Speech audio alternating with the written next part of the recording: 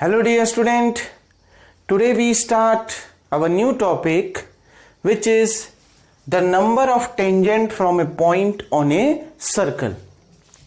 अगर वृत्त पर कोई बिंदु होता है या वो वृत्त के अंदर हो या वो वृत्त पर हो या वो वृत्त के बाहर हो, ठीक, तो वहां से हम कितनी टेंजेंट ड्रॉ कर सकते हैं एक सर्किल के लिए। ये देखिए, the number of tangent from A point on A circle, ठीक, किसी एक बिंदु से हम सर्किल में कितनी टेंजेंट ड्रॉ कर सकते हैं, आज हमने इस चीज को डिस्कस करना है, जो कि बच्चों बहुत ज्यादा इंपॉर्टेंट है, क्योंकि जो एक्सरसाइज 10.2 है वो मैक्सिमम इसी टॉपिक पर बेस्ड है। क्लियर बच्चों? अगर आपको मेरी वीडियोस पसंद आती हैं तो प्लीज़ मेरे यूट्यूब चैनल को लाइक कीजिए, शेयर कीजिए एंड सब्सक्राइब कीजिए।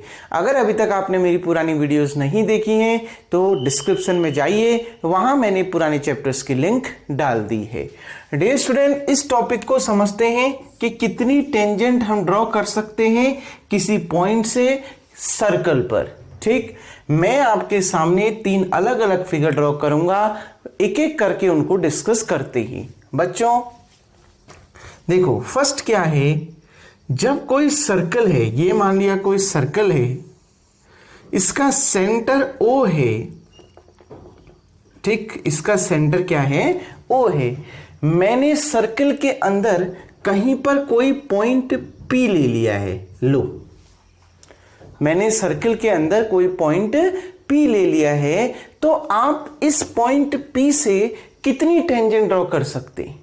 टेंजेंट क्या होती है? टेंजेंट की डेफिनेशन आपने पढ़ी है। टेंजेंट वो लाइन होती है जो सर्कल को एक ही पॉइंट पर इंटरसेक्ट करती है। आ गई ना बात समझ में? तो अब आप बताइए कि ये सर्कल को कितने पॉइंट पर आपका इंटरसेक्ट, इसमें हम इस पॉइंट से एक लाइन ड्रॉ करते हैं, वो सर्कल को कितने पॉइंट में इंटरसेक्ट करती है उस चीज को देखते हैं। देखिए, पी से होते हुए मैं एक लाइन खींच देता हूं, लो, ठीक, ये भी तो पी से होकर एक लाइन हो गई, ये भी तो पी से होकर एक लाइन हो गई, ये भी तो पी से होकर एक लाइन हो गई। क्या ये सर्कल को एक ही पॉइंट पर इंटरसेक्ट कर रही है? नहीं, ये सर्कल को, ये जो लाइंस हैं बच्चों, जो P से होकर जा रही है, वो सर्कल को कितने पॉइंट पर इंटरसेक्ट कर रही है? 2 पॉइंट पर इंटरसेक्ट कर रही है। और बच्चों, जो सर्कल को 2 पॉइंट पर इंटरसेक्ट करती है वो लाइन आपकी टेंजेंट लाइन नहीं होती है। मतलब जब सर्कल के अंदर कोई पॉइंट लाई करेगा तो उसके लिए हम कितनी टेंजेंट ड्रॉ कर सकते हैं? 0।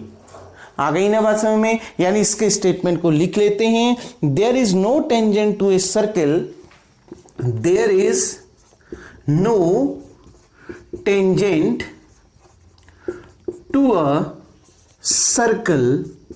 ठीक, सर्कल के लिए हम कोई भी टेंजेंट ड्रॉ नहीं कर सकते हैं। Passing through a point, passing through a point lies inside the circle। आ गई ना बात समझ में बच्चों? क्लियर? ठीक, अगर सर्कल के अंदर, वृत्त के अंदर कोई बिंदु अगर होता है तो हम उसके लिए, हम उस बिंदु से होकर सर्कल के लिए कोई भी टेंजेंट ड्रॉ नहीं कर सकते। There is no tangent to a circle, मतलब हम सर्कल में कोई भी स्पर्श रेखा नहीं खींच सकते जब कोई जो लाइन है वो उस बिंदु से होकर जाए जो सर्किल के अंदर लाई करेगा। क्लियर? अगर कोई बिंदु वृत्त के अंदर है तो उस बिंदु से होकर हम एक भी स्पर्श रेखा नहीं खींच सकते। क्लियर बच्चों? आ गई ना बात समझ में? अब दूसरा केस अराइज करते हैं। ये फर्स्ट केस था। अब बच्चों सेकंड केस है। देखिए, ये एक सर्किल है जिसका सेंटर O है और मान लिया इसकी बाउंड्री पर एक पॉइंट P है, तो इस पॉइंट P से होकर हम कितने टेंजेंट ड्रॉ कर सकते हैं? हमने कल ही डिस्कस किया था। अगर सर्कल पर कोई एक पॉइंट है तो हम उस एक पॉइंट से केवल एक ही टेंजेंट ड्रॉ कर सकते हैं, क्योंकि टेंजेंट क्या थी? टेंजेंट सर्कल को केवल एक ही पॉइंट पर इंटरसेक्ट करती है। टेंजेंट और सर्कल पर केवल एक ही पॉइंट कॉमन होता है, मतलब इस पॉइंट से होकर केवल हम एक टेंजेंट ड्रॉ कर सकते हैं। क्लियर बच्चों? ये एक के अलावा हम कोई भी टेंजेंट इस पॉइंट से होकर ड्रॉ नहीं कर सकते। ये तो हमने कल भी पढ़ा था। आ गई ना बात, इससे पहली वीडियो में भी डिस्कस कर चुके हैं। अगर कोई पॉइंट सर्किल पर लाई करता है तो उस पॉइंट से हम केवल एक ही टेंजेंट ड्रॉ कर सकते हैं, क्योंकि टेंजेंट की डेफिनेशन क्या थी? टेंजेंट, उस लाइन को टेंजेंट कहते हैं जो लाइन सर्कल को एक ही पॉइंट पर इंटरसेक्ट कर रही है। और वो किस पॉइंट पर इंटरसेक्ट कर रही है बच्चों? ये वाली लाइन P पॉइंट पर इंटरसेक्ट कर रही है। तो क्या लिखोगे? There is only one tangent to a circle, one tangent to a circle, there is only one tangent to a circle, yeah, there is only one tangent draw to a circle passing through a point lies in a circle. आ गई ना बात समझ में? अगर कोई point circle पर लाई करता है, ठीक, तो उस पॉइंट से हम केवल एक ही टेंजेंट ड्रॉ कर सकते हैं। क्लियर बच्चों? ये दोनों चीज समझ में आ गई। अगर कोई पॉइंट सर्कल के अंदर लाई करता है तो हम एक भी टेंजेंट ड्रॉ नहीं कर सकते, क्योंकि वो सर्कल को 2 पॉइंट में इंटरसेक्ट करेगा। और अगर वो सर्कल को वो लाइन 2 पॉइंट में इंटरसेक्ट करेगी तो वो टेंजेंट लाइन नहीं कहला के सीकेंट कहलाती है। और अगर वो कोई पॉइंट सर्कल की बाउंड्री पर यानी सर्कल पर लाई करेगा तो उस पॉइंट से केवल हम एक टेंजेंट ड्रॉ कर सकते हैं। आ गई ना बात समझ में? क्लियर बच्चों? उम्मीद करता हूं वीडियो को पॉज करके आप इतना उतार लेंगे। अब बढ़ते हैं मेन टॉपिक की ओर और तीसरे केस की ओर।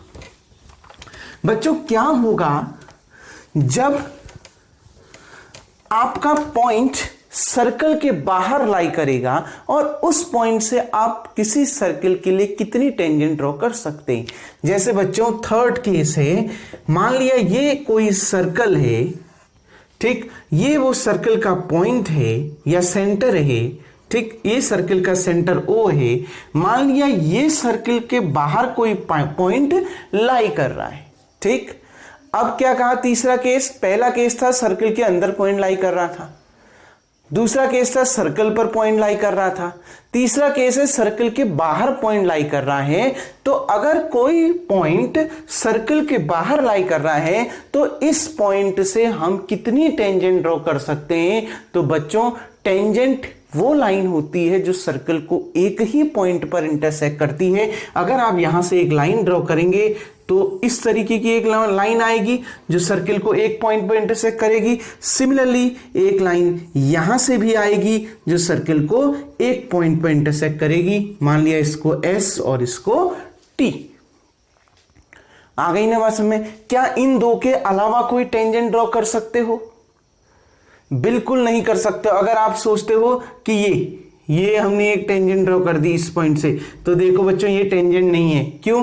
क्योंकि ये सर्कल को कितने पॉइंट पर इंटरसेक्ट कर रही है? 2 पॉइंट पर इंटरसेक्ट कर रही है। आ गई ना बात समझ में? तो बच्चों ध्यान रखना, अगर कोई पॉइंट सर्कल के बाहर लाई करता है, ठीक, अगर कोई पॉइंट सर्कल के बाहर लाई करता है तो उस पॉइंट से हम सर्कल पर कितनी टेंजेंट ड्रॉ कर सकते हैं? 2 टेंजेंट ड्रॉ कर सकते हैं, ठीक। तो देखो, देयर आर एग्जैक्टली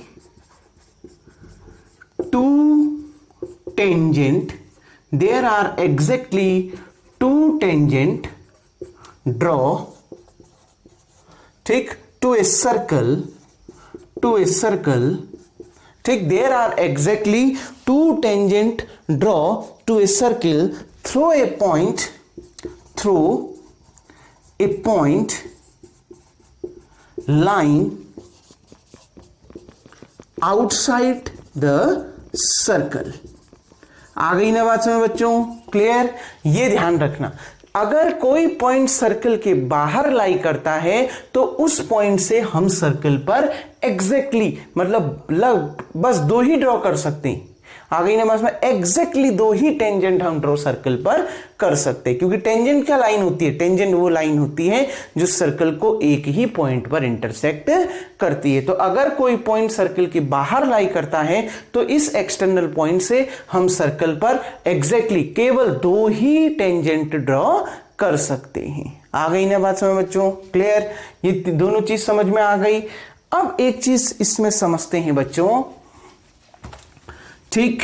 अब क्या समझना है, ये ध्यान रखना, कितने एक्सटर्नल पॉइंट से सर्कल पर कितनी टेंजेंट ड्रॉ कर सकते हैं? सिर्फ दो के अलावा नहीं। करके देख लो। अगर आप सोचते हो यहां से हम एक और लाइन ऐसे गुजारेंगे, ठीक, ऐसे निकालेंगे, तो वो सर्किल को कितने पॉइंट में इंटरसेक्ट कर देगी? 2, और 2 पॉइंट में इंटरसेक्ट कर देगी, तो फिर वो टेंजेंट नहीं कहलाएगी। क्लियर बच्चों?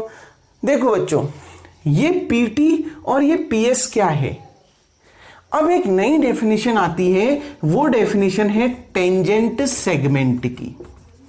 आ गई ना बात समझ में? टेंजेंट सेगमेंट की। टेंजेंट सेगमेंट क्या होता है बच्चों? It is a line segment, it is a line segment. ये एक रेखाखंड होता है बच्चों, ठीक? टेंजेंट सेगमेंट एक रेखाखंड होती है जो किस किस को जोड़कर बनती है बच्चों? ये एक्सटर्नल पॉइंट और ये पॉइंट ऑफ कांटेक्ट, ये एस और टी पॉइंट ऑफ कांटेक्ट तो है ना सर्कल पर, ये पॉइंट ऑफ कांटेक्ट का तो काम कर रहे हैं। पॉइंट ऑफ कांटेक्ट क्या था? सर्कल और टेंजेंट के बीच में जो कॉमन पॉइंट आ रहा था वही तो पॉइंट ऑफ कांटेक्ट था। तो it is a line segment. Tangent segment क्या है? It is a line segment joining the point, joining the external point to the point of contact of a circle। आ गई ना बात समझ में? टेंजेंट सेगमेंट क्या होता है? ये एक लाइन सेगमेंट होती है ज्वाइनिंग द एक्सटर्नल पॉइंट, जो एक्सटर्नल पॉइंट को जोड़ती है to the point of contact of a circle. जो सर्कल का, जो वृत्त का जो पॉइंट ऑफ कांटेक्ट है उसके साथ जोड़कर एक रेखाखंड बनती है, वही आपका क्या कहलाता है बच्चों? टेंजेंट सेगमेंट कहलाता है। क्लियर? आ गई ना बात समझ में? ठीक बच्चों, अब देखिए, या point of contact lying on a circle, ये लिख सकते हो, लाइंग ऑन ए सर्कल। ठीक, तो टेंजेंट सेगमेंट क्या आ गया? समझ में आ गया? अब देखो, इस टेंजेंट सेगमेंट की लेंथ, ठीक, the length of the tangent segment, the length of the tangent segment is called length of the tangent, length of the tangent। आ गई बात समझ में बच्चों? देखो, इस टेंजेंट सेगमेंट की लेंथ मतलब स्पर्श रेखाखंड की लंबाई आपकी क्या कहलाती है? टेंजेंट की लंबाई कहलाती है। मतलब बच्चों, ये पीएस और पीटी को आप क्या कह सकते हैं? लेंथ ऑफ द टेंजेंट कह सकते हैं।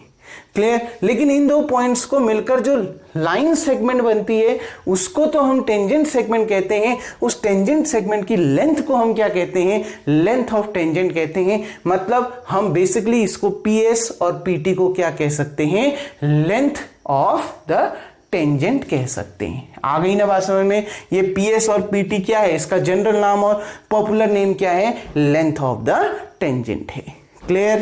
आ गई ना बात समझ में? बहुत इजी टॉपिक है, समझ में आ रहा है ना बच्चों? ठीक, देखिए, किसी सर्कल के अगर कोई पॉइंट सर्कल के बाहर लाई करता है तो उस पॉइंट से सर्कल पर हम दो ही टेंजेंट ड्रॉ कर सकते हैं।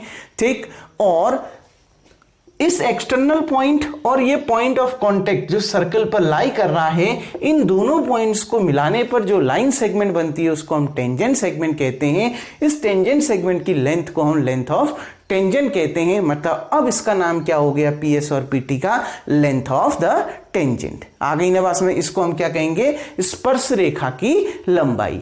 अब इसमें सबसे बड़े मजे की बात बच्चों ये है कि ये P कहता है मेरे लिए तो दोनों समान हैं।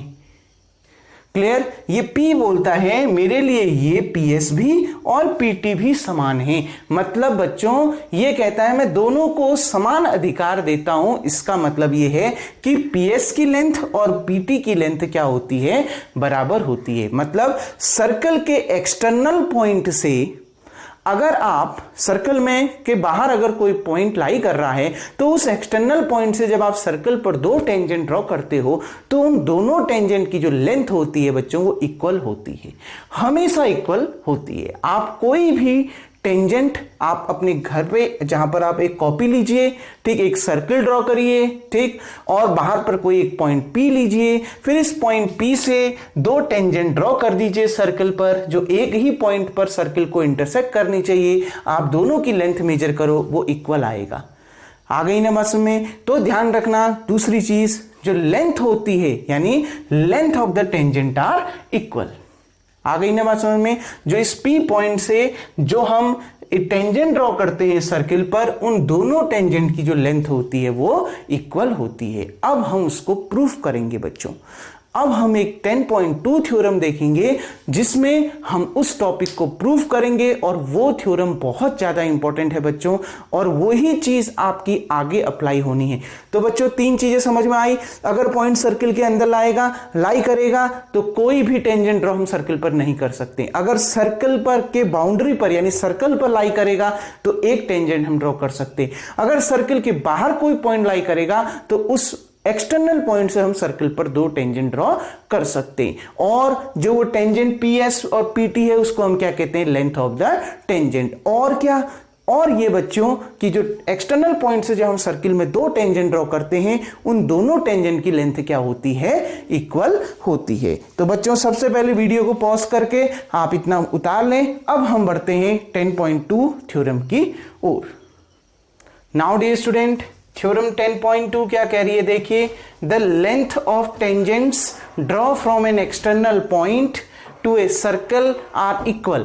मतलब एक सर्कल है जिसका सेंटर O है, तो एक इस सर्कल के बाहर कोई पॉइंट P लाई कर रहा है। इस पॉइंट P से जब मैं इस सर्कल पर दो टेंजेंट ड्रॉ करूंगा तो वो दोनों टेंजेंट की लेंथ क्या होगी? इक्वल होगी। ये प्रूफ करना है। स्टेटमेंट तो मैं पहले ही बता चुका हूं, ये आपने क्या करना है?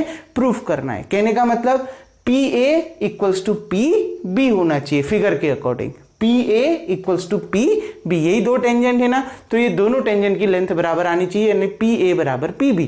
मैंने यही तो बोला था, PA यही लेंथ ऑफ टेंजेंट कहलाती है। टेंजेंट सेगमेंट समझाया था, फिर लेंथ ऑफ टेंजेंट उसी में समझा दिया था। क्लियर बच्चों? देखो आपको दिया क्या है, let us now consider O be the centre, R be the radius of the circle. ठीक, R मान लिया सर्कल का रेडियस है, O सेंटर है। P lie outside the circle, और P कहां लाई कर रहा है? आउटसाइड लाई कर रहा है सर्कल के। PA and PB be the two tangent of a circle from point P। PA और PB दो स्पर्श रेखाएं हैं किसी वृत्त की। किस बिंदु से? किसी बाहरी बिंदु, बाह्य बिंदु P से। क्लियर बच्चों? आ गई ना बात समझ में? P और PB क्या है? आपका टेंजेंट दे रखी है। तो देखिए, let O be the centre and R be the radius of the circle, let point P lying outside the circle, वही बोल रहा हूं, PA and PB be the two tangent of a circle from a point P। Clear? PA और PB दो स्पर्श रेखाएं हैं किसी बिंदु P से। ठीक, हमने क्या प्रूफ करना है? हमने प्रूफ करना है PA इक्वल्स टू PB, इन दोनों टेंजेंट की लेंथ इक्वल होनी चाहिए, मतलब PA इक्वल्स टू PB। तो एम क्या है? To prove that PA equals to PB। Clear बच्चों? उसके बाद देखिए कंस्ट्रक्शन क्या करें बच्चों। कंस्ट्रक्शन आपको इसमें क्या करना पड़ेगा? इस O को सभी पॉइंट से मिला दीजिए, मतलब इस O को A से भी मिला दीजिए, इस O को B से भी मिला दीजिए। आ गई ना बस में? और इस O को P से भी मिला दीजिए। तो यही लिख रखा है, join OP, OA and OB। क्लियर? आ गई ना बात में? अब देखो, कल की जो थ्योरम हमने इससे पहले वाली वीडियो में एक थ्योरम पढ़ी थी बच्चों कि किसी सर्कल के किसी एक पॉइंट से जब आप टेंजेंट ड्रॉ करते हो तो वो टेंजेंट रेडियस पर परपेंडिकुलर होती है through a point of contact. आ गई ना बात समझ? तो देखो, ये वो टेंजेंट है PA और ये रेडियस OA है, कहां से होकर जा रही है? पॉइंट ऑफ कांटेक्ट A से होकर जा रही। तो ये OA और PA, मतलब ये OA PA पर क्या है? परपेंडिकुलर है। कल ही तो थ्योरम पढ़ी थी। किसी एक सर्कल के किसी एक पॉइंट से जब आप टेंजेंट ड्रॉ करते हो तो वो टेंजेंट सर्कल के रेडियस पर परपेंडिकुलर होती है through a point of contact. आ गई ना बात समझ में? तो ये ओ ए पी ए पर क्या है? परपेंडिकुलर है। ठीक, सिमिलरली ये ओ बी पी बी पर क्या है? परपेंडिकुलर है। ये O B perpendicular to O P. कोई डाउट बच्चों? थ्योरम से आ गया। इसका मतलब क्या है? ये जो एंगल है आपको और ये जो एंगल है बच्चों वो कितने डिग्री का दे रखा है? 90 डिग्री का दे रखा है। मतलब एंगल ओ ए पी और angle O B P equals to 90 degree. यही लिख रखा है, angle O A P equals to angle O B P equals to कितना डिग्री? 90 डिग्री। क्लियर बच्चों? अब देखिए जो आपने प्रूफ करना है, अब हम अपनी थ्योरम को स्टार्ट करते हैं। बच्चों हमारा एम क्या है? पी ए और पी बी को इक्वल दिखाना। मैं इसको दो तरीके से आपको प्रूफ करवा सकता हूं। पहले तो अगर हम दो ट्राइंगल बन रहा है ओ ए पी और ओ बी पी, अगर मैं इसको कॉन्ग्रेंट दिखा दूं तो कॉन्ग्रेंट दिखाने से सीपीसीटी रूल से, यानी corresponding part of congruent triangle are equal, तो सीपीसीटी रूल से हमारा आसानी से प्रूफ हो जाएगा P A equals to P B. तो उसी मेथड से देखें पहले। क्लियर? तो देखो इन ट्राइंगल, दो ट्राइंगल कौन कौन से? O A P, in triangle O A P and similarly अब दूसरा भी लो ओ बी पी। ठीक, ट्राइंगल ओ बी पी। देखो बच्चों क्या दे रखा है? सबसे पहले एंगल ओ ए पी और एंगल ओ बी पी कितना दे रखा है? 90 डिग्री। दोनों इक्वल है ना, ये गिवन है। तो angle O A P equals to angle O B P equals to 90 degree, यानी राइट एंगल, ये आपको गिवन है। आ गई बात समझ में? दूसरा बच्चों ये ओ ए और ओ बी इक्वल होंगे कि नहीं होंगे? क्यों? ओ A equals to O B क्यों होंगे इक्वल? बच्चों ये रेडियस है ना सर्किल की, सर्कल की रेडियस यही तो होती है। सेंटर से सर्कल के किसी एक पॉइंट के बीच की डिस्टेंस ही सर्कल की रेडियस कहलाती है और वो हर जगह फिक्स्ड होती है, एक जैसी होती है। मतलब ये ओ ए और ओ बी क्या हो गया? इक्वल। क्यों? क्योंकि ये सर्कल की क्या है? रेडियाई है। तो आप क्या लिख दोगे यहां?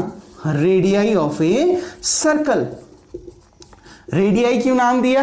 क्योंकि एक से ज्यादा अगर रेडियस होती है तो प्लूरल फॉर्म ले लेते हैं रेडियाई। आ गई ना बात समझ में? कोई डाउट यहां पर तक? दूसरा बच्चों ये ओपी दोनों में कॉमन है। आ रही है बात समझ में? ओपी दोनों में क्या है? कॉमन है। ओपी इक्वल्स टू ओपी, ये क्या है? कॉमन है। देखो बच्चों जिस हिसाब से आप कॉन्ग्रेंट दिखा रहे हो ना, ये पार्ट इस ट्राइंगल के अकॉर्डिंग आने चाहिए। देखो ओ ए ओ बी, बिल्कुल O A O B, OP OP आ रहा है ना, ओपी ओपी। क्लियर?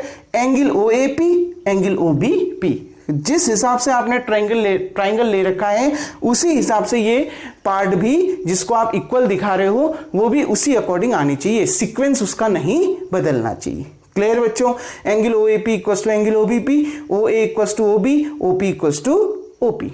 कौन सा रूल लगेगा बच्चों? अगर ये 90 डिग्री का एंगल बना रहा है तो मैंने आपको बोला है अगर कोई ट्राइंगल राइट एंगल ट्राइंगल है तो जहां पर 90 डिग्री का एंगल बनता है उसके सामने वाली साइड क्या होती है? हाइपोटेनस होती है।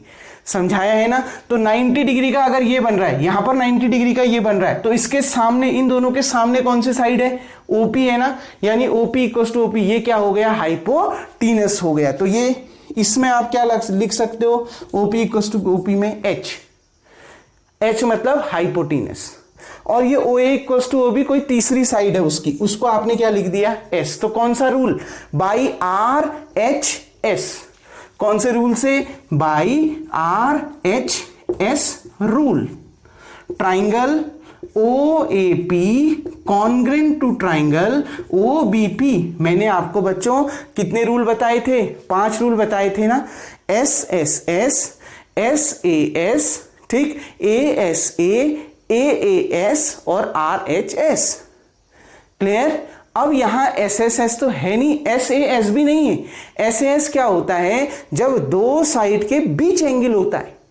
अब एक साइड इसमें ओपी इक्वल आ रही है, एक ओ ए इक्वल आ रही है, तो एंगल ये आना चाहिए। अब ये तो एंगल इक्वल नहीं दे रखा। आ गई ना बात समझ में? ये एंगल थोड़ा ना इक्वल दे रखा है। आ गई बात समझ बच्चों। तो ये एंगल इक्वल नहीं दे रखा, इसलिए SAS रूल नहीं लग सकता। एक ही रूल लग सकता है RHS, क्योंकि ये 90 डिग्री, इसके सामने वाली हाइपोटेनस और तीसरी कोई साइड। तो कौन सा रूल? RHS rule. ये दोनों ट्राइंगल क्या आ गए? Congruent. By CPCT rule. CPCT rule क्या कहता है? CPCT क्या होता है? Corresponding part of congruent triangle. आ गई ना बात समझ बच्चों? ठीक। अब देखो तो corresponding part of congruent triangle are equal. किसी भी कॉन्ग्रुएंट ट्राइंगल के जो करॉस्पॉन्डिंग पार्ट होते हैं, संगत भाग होते हैं सर्वांगसम त्रिभुज के, वो आपस में क्या होते हैं? बराबर होते हैं। तो देखो संगत भाग, इस ट्राइंगल को देखो जिसको आपने कॉन्ग्रुएंट दिखाया है, ये PA और PB देखो उसी ऑर्डर में है ना, तो ये संगत भाग हो गए, करॉस्पॉन्डिंग पार्ट हो गए, ये दोनों क्या हो गया? इक्वल हो गया, हेंस प्रूव्ड। यही आपने थ्योरम में क्या करना था? प्रूफ करना था। बहुत डिटेल में 9th क्लास में हम लोगों ने पढ़ा है। Corresponding part of congruent triangle are equal. देखो करॉस्पॉन्डिंग पार्ट मतलब जो ट्राइंगल आपने कॉन्ग्रुएंट दिखा रहे हैं उसमें सीक्वेंस में होनी चाहिए वो पार्ट। देखो PA रिवर्स में है ना, तो यहां भी देखो PB रिवर्स में है, तो PA इक्वल्स टू क्या आ गया? PB। सेम सीक्वेंस में होनी चाहिए, यानी PA इक्वल्स टू क्या आ गया? PB। अगर बच्चों यहां पर आपसे एक और चीज प्रूफ करने के लिए पूछता कि एंगल OPA और एंगल OPB इक्वल दिखाओ, तो भी हो जाता। Corresponding part of congruent triangle are equal. आपको पता है ना, इसका मतलब है ये देखो OPA, ये OPA और OPB ये भी आपस में क्या आ जाते? इक्वल आ जाते। अगर आपसे ये पूछा जाता तो ये भी आप यहां पर प्रूफ कर सकते थे। क्लियर? ये OPA OPB मतलब ये एंगल और ये एंगल भी आपस में क्या होते हैं? इक्वल होते हैं। इसका मतलब क्या है? ये OP, ठीक, एंगल APB के लिए किसका काम करता है? बाइसेक्टर का काम करता है। इस थ्योरम से ये चीज भी निकल गई। आ गई बात समझ में? देखो बच्चों थ्योरम तो प्रूफ हो गई है यहीं पर, लेकिन इस थ्योरम में एक और चीज आपके समझ में आ गई कि जो ये एंगल है, यहां पर जो एंगल बनता है ये, ठीक, OP इसको क्या कर देती है? बाइसेक्ट कर देती है, दो बराबर भागों में बांट देती है। अगर ये पूरा एंगल 100 दे रखा है तो इतना एंगल 50 और इतना एंगल क्या हो जाएगा? 50 हो जाएगा। ये थ्योरम से प्रूफ हो चुका है। आ रही है बात समझ में? क्लियर बच्चों? तो हमेशा ध्यान रखना दो चीजें। किसी भी एक्सटर्नल पॉइंट से जब आप सर्कल पर दो टेंजेंट ड्रॉ करते हो तो उन दोनों टेंजेंट की लेंथ क्या होती है? इक्वल होती है, ठीक। और ये जो OP है बच्चों, वो एंगल APB को क्या करता है? बाइसेक्ट करता है, दो बराबर भागों में बांटता है। आपकी बुक में रिमार्क करके ये चीज दे रखी है, note also that angle OPQ equals to angle OPR, मतलब angle OPA equals to angle OPB। ये दोनों एंगल भी आपस में क्या होते हैं बच्चों? इक्वल होते हैं। क्यों? Because therefore OP is the right, OP is the angle bisector of, ठीक, OP जो है वो क्या है? एंगल बाइसेक्टर है किसका? APB का।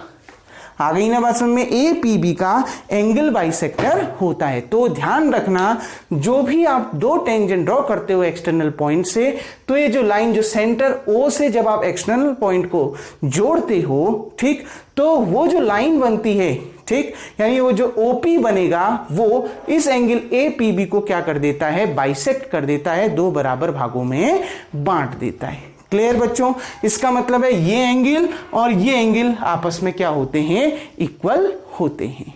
आ गई ना बात समझ बच्चों? क्लियर? ये थ्योरम आपको समझ में आ गई और ये स्टेटमेंट भी समझ में आ गया। अगर ये पूरा एंगल आपको 80 दे रखा है, मतलब ये एंगल 40 और ये एंगल कितना? 40। क्वेश्चन में ये सारी चीजें अप्लाई होंगी, इन चीजों को ध्यान देना बच्चों। ये सारी चीजें जब मैं कल से एक्सरसाइज 10.2 स्टार्ट करूंगा तो ये अप्लाई होनी है, ध्यान रखना। PA और PB की लेंथ इक्वल होती है, प्रूफ कर चुके हो। और ये एंगल और ये एंगल भी क्या होता है? इक्वल होता है। मतलब OP किसका काम करता है? एंगल बाइसेक्टर का काम करता है। किसको बाइसेक्ट कर रहा है? APB को बाइसेक्ट कर रहा है। तो बच्चों वीडियो को पॉज करके आप सबसे पहले ये थ्योरम को उतार लें। अब बच्चों नेक्स्ट वीडियो में हम आने वाली एक्सरसाइज 10.2 को डिस्कस करेंगे। तब तक के लिए बच्चों थैंक यू।